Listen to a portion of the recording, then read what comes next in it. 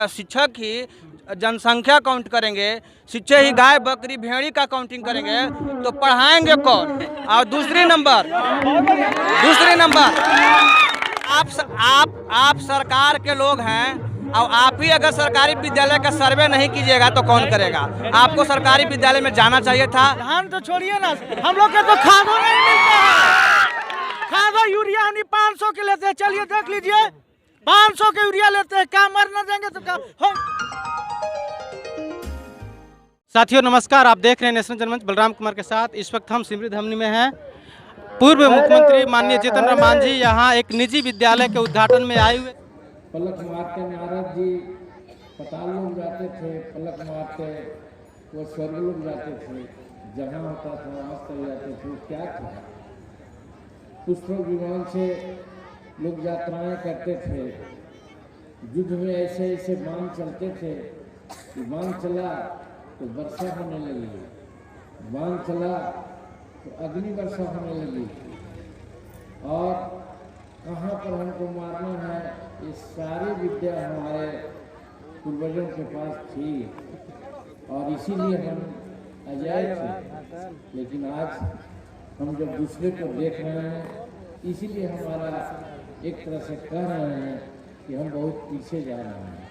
तो आज जब स्वामी विवेकानंद जी की जयंती मनाते हैं तो हमको भारतीय संस्कृति की भी याद रखनी चाहिए। मांझी जी, आपने जो बात किया, कुछ विज्ञान का भी बात किया, कुछ अज्ञान का भी बात किया। आपने कहा कि तीर से पहले जो पूर्व काल में तीर से बारिश होता था, क्या ये संभव है? काहे नहीं होगा, विज्ञान से ही सारी बातें होती थी। हमारा विज्ञानिक तकनीकी वही थी जिसके सहारे हम लोग सब काम करते थे। आज भी हो सकता है। रही बात उस रूप में हमको संगठित होकर के और सहमित होकर के कार्य करना। सर, आपने बुद्धा की भी बात किया, तो विवेकानंद का भी बात किया। तो आपने विवेकानंद की जो बात किया, उसमें विवेकानंद को जो वहाँ पर धर्म सम्मेलन हो रही थी, उसमें जो बात करने का जो अवसर प्रदान किया, उनके बारे में सर कुछ नहीं कहें आप? कहे नहीं कहे, उन्होंने भी हिंदुस्तान की संस्कृति नागरिक इन्होंने कहा। नागरिक धर्मपाल थे जो श्रीलंका के थे, उन्होंने उनको बात रखने का अवसर दिया। जनरल बात हुई जो होता है, लेकिन फिर जब मौका मिला तो उन्होंने अपनी संस्कृति को, अपनी बात को इतना बड़ा अच्छा से रखा कि संसार उसको कायल हो गया। इसलिए हम लोग मानते हैं कि भारतीय संस्कृति के वाहक थे वो। हमारे जो जितना संस्कृति की बात है उसको वाहक थे, उनको करना चाहिए। और विदेश वाले लोग तो सदा हम लोगों को तो ही नहीं समझते थे, अब न थोड़ा होने लगा उस समय से। लेकिन पहले तो यही समझते थे कि भारत के लोग कुछ नहीं हैं, लेकिन हम हर तरह से आगे थे, विज्ञान में भी आगे थे। आज हमारा ही विज्ञान टेक्निक है जिसके तहत लोग स्पेस में। टेक्नोलॉजी कहाँ गया सर? सब टेक्नोलॉजी है, सब डेवलप्ड हो रहा है धीरे धीरे। चलिए हो गया कि पहले जो है से वो तीर चलता था तो बारिश होने लगता था। क्या ये आपको इससे आप सेटिस्फाइड हैं? नहीं, ऐसी बातें तो उनको नहीं करना चाहिए था। बिहार के पूर्व मुख्यमंत्री हैं, आप लोग क्या कहेंगे इस पर? उनके ऊपर ज़्यादा बड़ा टीका टिप्पणी तो नहीं कर सकता, लेकिन जो भी बोले हैं वैसा बोलना नहीं चाहिए था। हो सकता है जल्दीबाजी में होंगे, उनकी जुबान फिसल गया होगा, लेकिन ऐसा उनको नहीं बोलना चाहिए था जो बोले हैं। लेकिन मैं उनके ऊपर क्या टीका टिप्पणी करूँ, वो एक बिहार का पूर्व मुख्यमंत्री रह चुके हैं और मेरी हैसियत उनके ऊपर टीका टिप्पणी करने की नहीं है। लेकिन अगर ऐसा बोले हैं तो वाकई में नहीं बोलना चाहिए था। बेरोजगार युवा के बारे में बोलना चाहता हूँ कि दोनों एनटीपीसी पास में रहते हुए भर में यहाँ का क्षेत्र का लड़का मुंबई और दिल्ली में जाकर कमाता है और 3 महीना कमाता है और 2 महीना का पेमेंट मिलता है। इसलिए माननीय जीतन राम मांझी से रिक्वेस्ट करना चाहता हूँ कि यहाँ के दोनों एनटीपीसी में यहाँ पास के औरंगाबाद डिस्ट्रिक्ट के युवा को मौका देने का कार्य करें। सरकारी विद्यालय का हालात खराब है, उस पर क्या कहेंगे आप? मैं इसके लिए बोलूँगा कि नीतीश कुमार को इसके प्रति अट्रैक्शन कर हमारे बिहार में प्राइवेट स्कूल जितना अच्छा होते जा रहा है और बिहार का गवर्नमेंट स्कूल जितना खराब होते जा रहा है, इसके प्रति नीतीश कुमार जी को बहुत अच्छा से सोचना और विचारना होगा कि हमारे क्षेत्र के, हमारे राज्य के इतना एजुकेशन सिस्टम कैसे गिर रहा है और हम भी इस क्षेत्र में, इस राज्य में किस तरह से हम अपने गवर्नमेंट स्कूल को आगे बढ़ा सके। और इसके लिए बहुत एकजुटता के साथ जीतन राम मांझी को और बात कहे हैं। हाँ, पहले तीर चलता था तो बारिश होने लगता था, तो क्या वो टेक्नोलॉजी कहाँ चल गया? वो तो मुझे मालूम नहीं आपको सही लगा ये बात? ये तो हमको सही नहीं लगा। इनका टेक्नोलॉजी कहाँ है भगवान जाने, हमको तो इसके बारे में कुछ नॉलेज नहीं है। कुछ विज्ञान की बात किए, कुछ अज्ञान की भी बात किए। सरकारी स्कूल का हालात खराब हो गया है और उस पर किसी का ध्यान नहीं है। देखिए सरकारी विद्यालय की जहाँ तक की बात है, इस मसले पर सबसे पहले नीतीश कुमार जी को ये सोचना चाहिए कि आप बड़े बड़े हमारे इमारती बिल्डिंग खड़ा कर देते हैं, आप स्कूल खोल देते हैं, लेकिन ज़रूरत है स्कूल में शिक्षक जो जिसका आप बहाली करते हैं, पहले की बहाली है, मैं उन पर भी टीका टिप्पणी नहीं करूंगा। जो आप बहाली करते हैं एक योग्यता पर बहाली होना चाहिए। आज के समय में युवा बेरोजगार है, क्यों? क्योंकि योग्यता पर शिक्षकों की बहाली पहले नहीं हुई थी। लेकिन आज जिस शिक्षक भी बहाली हुई भी है, नीतीश कुमार कभी उन शिक्षक को गाय, बकरी, मछली, आदमी, जानवर क्या क्या गिनने में लगा देते हैं। अगर शिक्षक ही जनसंख्या काउंट करेंगे, शिक्षक ही गाय, बकरी, भेड़ी का काउंटिंग करेंगे तो पढ़ाएंगे कौन? और दूसरी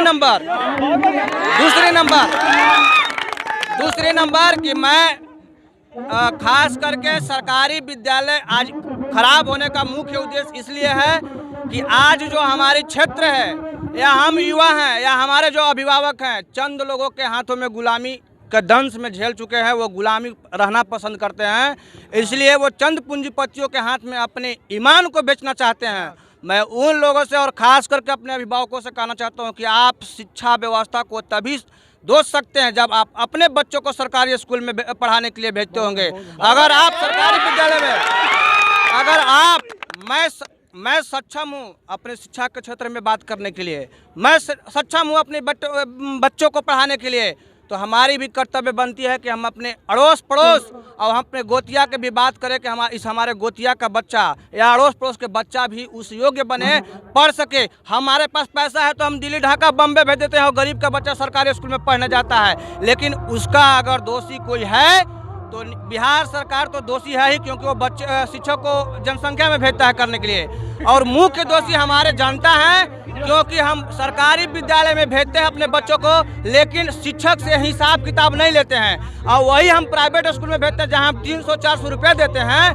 तो अगर थोड़ा सा बच्चा को कोई टीचर मार भी देता है तो हम उनसे मिलने जाते हैं। लेकिन बताइए, यहाँ के अभिभावक लोग से मैं पूछना चाहता हूँ, ग्रामीण क्षेत्र के लोगों से पूछना चाहता हूँ, आप अपने बच्चों को सरकारी स्कूल में भेजते हैं, आप कितने बार शिक्षकों से जाकर के मिलते हैं कि आपका बच्चा पढ़ रहा है, आपके बच्चा को होमवर्क मिलता है कि नहीं मिलता है? सरकारी जो कर्मचारी लोग हैं उन लोग अपने बच्चे को सरकारी स्कूल में नहीं भेजते हैं। मैं जिस दल से बिलोंग करता हूँ, हमारे नेता ने पहले ही कहा है कि 1 नेशन और 1 संविधान बनना चाहिए, एक राष्ट्र एक संविधान। चाहे वो गाय चराने वाला का बेटा हो, चाहे एक बहुत बड़ा अफसर का बेटा हो, सबको सरकारी विद्यालय में पढ़ना चाहिए। जो शिक्षक को खुद नहीं अपने आप पर गर्व है कि हमारा बच्चा इस विद्यालय में पढ़ करके IAS अफसर बन सकता है, उन शिक्षकों से कहना चाहता हूं कि पहले आप अपने बच्चों को अपने विद्यालय में पढ़वाइए।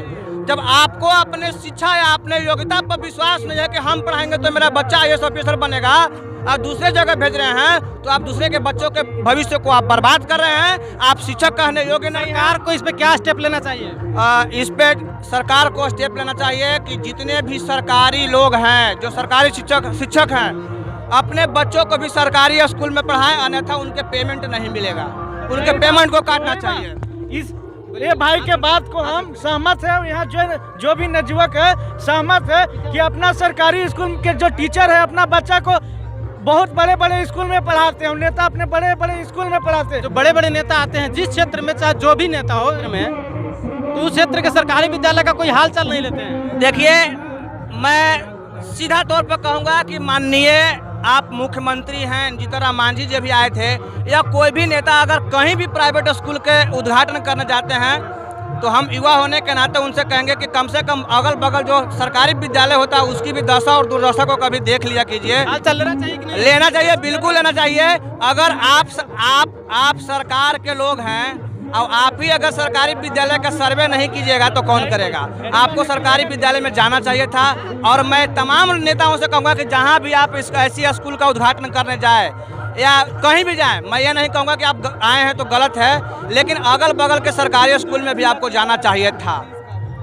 बिहार में जातीय जनगणना शुरू हुआ, उस पर क्या? ये जातीय जनगणना होनी चाहिए, और इसलिए होनी चाहिए कि जब जो आज विरोध कर रहे हैं, जिसको जाति बनाने में दिक्कत नहीं था, तो आज जनगणना में उनको दिक्कत क्यों हो रहा है, इसका मैं समर्थन करता हूं। जब जाति आप बनाए हैं तो जाति जनगणना होगी, जिसकी जितना जनसंख्या होगी उसकी उतना भागीदारी तय होगी। इसलिए जाति जनगणना बिहार सरकार का पक्ष सही है, इसकी मैं सम्मान करता। क्या है इसमें? मैं इसका राय पे बोलूंगा कि जातीय जनगणना के साथ गरीबी का भी जनगणना होना चाहिए, जिससे हमारे क्षेत्र में, हमारे राज्य में कितने % गरीबी बढ़ा हुआ है, इसके प्रति सरकार को नजर में दिख सके। जातीय जनगणना जब हो रही है तो उसमें योग्यता भी लिखा रही है। जातीय जनगणना के साथ साथ उसमें एक कॉलम है कि कौन व्यक्ति कितना पढ़ा है, उससे साफ जाहिर हो जाएगा कि लड़का कितना बेरोजगार है, कितना कौन पढ़ा है। और जातीय जनगणना को हम 100% नहीं 1000% समर्थन करते हैं, क्योंकि जिसको जब जाति बनाने में किसी को कोई आपत्ति नहीं था तो हमें गर्व से कहने में कि हम यादव हैं, हम चमार हैं, हम कुशवाहा हैं, हम फलना है, हमें नहीं दिक्कत होना चाहिए। हम जातीय जनगणना को समर्थन करते हैं और बिहार सरकार से एक आग्रह करने चाहते हैं कि बगल में एक छोटा सा कॉलम बना दीजिएगा कि हम बेरोजगार हैं, कि हम रोजगार हैं। इसकी कॉलम भी बनना चाहिए, इसकी कॉलम जरूर आप बना करके। आप क्या कहेंगे? बस मैं सहमत हूँ कि साथ में एक ब्लैंकेट वहाँ पे होना चाहिए, जिससे पता चले कि बिहार के नवयुवक कितना बेरोजगार है। इससे हमारे क्षेत्र के मुख्यमंत्री को नजर में तो आ सकता है ना कि बेरोजगारी दर हमारे राज्य में कितना बढ़ते जा रहा है। एक और सवाल है मेरा, जो किसान है धान बेचने के लिए तरस रहा है किसान लोग, और धान उसका खरीदा नहीं जा रहा है और ओटीपी वेरिफिकेशन होता है। हम इस पर सवाल है कि कोई भी किसान से क्या ओटीपी वेरिफिकेशन करके धान खरीदा जा रहा है कि नहीं खरीदा जा रहा है? मैं बोलना चाहूँगा इसके प्रति, मैं बोलना चाहूँगा कि मैं एज ए किसान हूँ, मैं एक पढ़ा लिखा किसान हूँ और मैं खेती भी करता हूँ। लेकिन आज के दिन में पैक्स से मैं बरियावा पंचायत में आता हूँ और सुखाड़ भी घोषित नहीं हुआ। इसके बावजूद भी हमारे क्षेत्र में एक भी पैक्स अध्यक्ष थोड़ा सा भी धान नहीं लिए हैं। अभी भी मेरा धान रोड पे फेंका हुआ है। क्या नाम है आपका? मेरा नाम राहुल कुमार सिंह हुआ, मैं मोहर कर्मा निवासी हूँ। अच्छा, कौन सा पंचायत है? मैं बरियावा पंचायत से हूँ। इस पर क्या आप कहेंगे? जो धान खरीदा नहीं जा रहा है, अगर खरीदा भी जा रहा है किसी का, तो ओटीपी वेरिफिकेशन नहीं किया जा रहा है। आपको पता होगा उसका रेट कम दिया जा रहा है। आपको पता होगा कि आप जिस पंचायत में खड़ा हैं, इस पंचायत की पैक्स की बात आप करते हैं बस कहने के लिए, और कागज पर वे पैक्स अध्यक्ष बने हुए हैं। लेकिन जब से वो बने हैं हम तो नहीं देखे हैं कभी खरीदते हुए। लगे मुझे उम्मीद है कि पूरी जनता को भी इसकी पता होगा कि आज तक जब तक यहाँ पैक्स है ही नहीं, पैक्स अध्यक्ष मृत प्राय हैं, वो मरे हुए के रूप में, तो उनका ओटीपी की बात ही क्या पैक्स? ये पूरे बिहार का ये हाल है। ये 2 पंचायत की हाल नहीं है, औरंगाबाद की हाल नहीं है, पूरे बिहार की हाल है। लेकिन मैं जो एक सुप्रीम कोर्ट का एक आदेश आया है कि एक परिवार से एक ही सदस्य होंगे, मैं अगर सुप्रीम कोर्ट महोदय आपके अंदर इंसानियत और मानवता है तो आप ये भी तय कीजिए कि आपके घर से एक परिवार का आप सदस्य करने की बात करते हैं तो आपके घर से एक ही परिवार सरकारी नौकरी में होगा और सबको ही नहीं हो सकता है। मेरी अधिकार है, मेरी अधिकार को सुप्रीम कोर्ट आज खरीदने में लगी हुई है, गुलाम बनाने में लगी हुई है, क्योंकि ऊपर से लेकर के नीचे तक पूरे वो मुट्ठी भर के लोग जो भरे हुए हैं हमारी अधिकार को छीनना चाहते हैं। हमारी जो संविधान में अधिकार है उसको उन लोग छीनना चाहते हैं। पैक्स का जो धान खरीदी होती है तो उसको कैंप लगा के खरीदना चाहिए कि मतलब वो अंदर ही हो जाना चाहिए? देखिए, इसमें सब मिली जुली है सरकार भी चोर, पैक्स अध्यक्ष भी चोर, तो वो दिखावा पर्दे फाश क्यों करेंगे? वो कमरे में बैठे हुए हैं चोर मौसेरा भाई। वो नहीं चाहते, सरकार केवल चुनाव के समय जनताओं को गुमराह करता है कि औने ये करेंगे, लेकिन आज के समय जब किसान की धान बेचने की बारी आती है तो औने पौने दाम में हमारे किसान भाइयों को फसल को खरीद लिया जाता है, और जब हमारी लेने की बारी आती है तो वही फसल उसमें पॉलिश लगा करके हमें महंगे महंगे दामों में बेचा जाता है। इसलिए हम कहना चाहते हैं कि आज तक इस भारत में जितने भी नेता बने हैं और जिनकी भी सरकार बिहार या देश में बना है, वो सब गरीबों को और गरीब बनाने वाला सरकार बना है। पैक्स में धान बेचे हैं? नहीं, यहाँ मिलवे नहीं करता। मैं साथ में बोल रहा हूँ, धान तो छोड़िए ना, हम लोग के तो खादों नहीं मिलता है। खादों यूरिया हम 500 के लेते हैं, चलिए देख लीजिए 500 के यूरिया लेते हैं, क्या मर न देंगे तो क्या होंगे बताइए? पर तो सब जो है से पूरा बिहार से कर दे रही है। अंगूठा सब लगाते हैं आधार का सहित, बाकी कुछ फायदा ना होता है। लेता है 500 रुपया, लेता है, बोलता है कि लेना तो जाओ, तो लड़ाई कौन करेगा आप ही बताइए। 500 रुपये दे के हम लोग अपना टेंशन खत्म करते हैं। ये हालात है बिहार के किसानों का और यहाँ की स्थिति ये है। तमाम लोगों से हम कोशिश किया हम बात करने के लिए। जातीय जनगणना होना चाहिए। यस। तो आप लोग भैया जातीय जनगणना होना चाहिए कि नहीं बिहार में? भैया जाति का जनगणना होना चाहिए। क्या नाम है आपका? जितेंद्र कुमार जी।